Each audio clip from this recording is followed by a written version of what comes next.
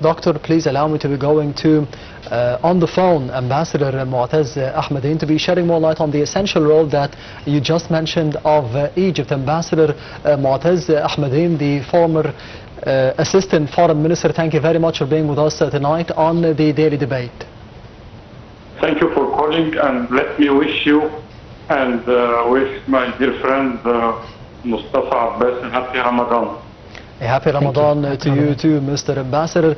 Dr. Mustafa mentioned the importance of the essential role being played by Egypt, specifically after participating in the Board of Peace meeting that took place in Washington, being represented by Prime Minister Dr. Mustafa Madbouli on behalf of His Excellency President Abdel Fattah al-Sisi. How do you see the future role of Egypt in the Gaza Strip, especially after the participation in the Board of Peace meeting? Well, I think the role of Egypt in the Gaza Strip does not need any more emphasis. It is not related at all with the participation in the Board of Peace. It is related to geography, to history, and to the role played by Egypt in the Palestinian question and with Gaza. Regarding the Board of Peace, I'm not very optimistic because the optics were not good from the start. First, let us talk about the optics. It started on the first day of Ramadan, which reflects indifference, if not disrespect, of the Islamic countries participating, because they have not been consulted. And as you know, the Gulf countries do reduce their diplomatic activity in Ramadan, and Mustafa Abbas, as an old hand in the United Nations, knows that very well. Second, optically, if you look at the screen in front of you, that's the colors of the Board of Peace remind you of the flag of a certain entity. This is another optic that was not good. And about the optics and the protocol as well, it looked like an informal meeting. President Trump spoke for 45 minutes plus, and each and every head of government or state participating was not allowed more than 2 minutes and a half, 3 minutes.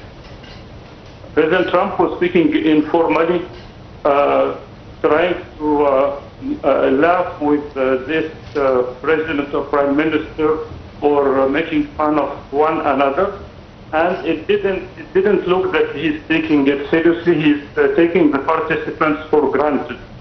In addition to all of that, substantively, we can see that they were talking about a reconstruction plan for Gaza. Yes. This is not the reconstruction plan that has been presented by Egypt and endorsed by the Arab and Islamic summit that took place in Cairo last March.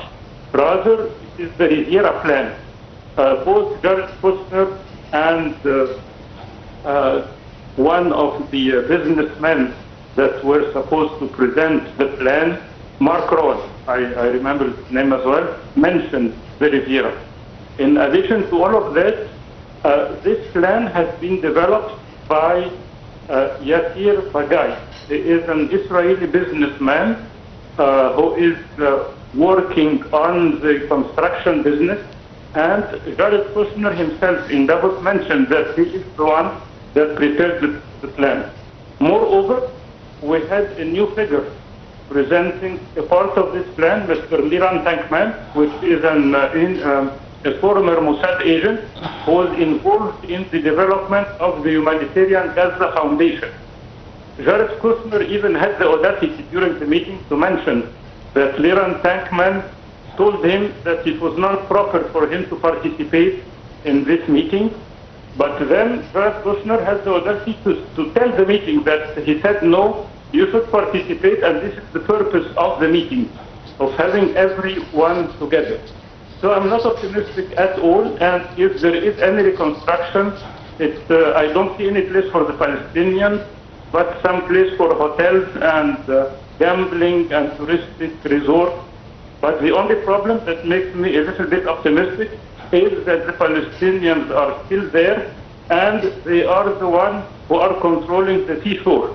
This is a big obstacle to the plans of President Trump and company, and that is why Israel is keeping demolishing the houses and the infrastructure in Gaza, and that they mention every now and then that they're not going to withdraw from Gaza, of course, to make life for the Palestinians difficult and to drive them to leave. But so far they are standing, and of course they have the support of Egypt and many Arab countries, and we'll see how the events are going to turn at the end. Yes, Ambassador Moataz Ahmadein, the former Assistant Foreign Minister, thank you very much for being with us tonight on the Daily Debate. Dr.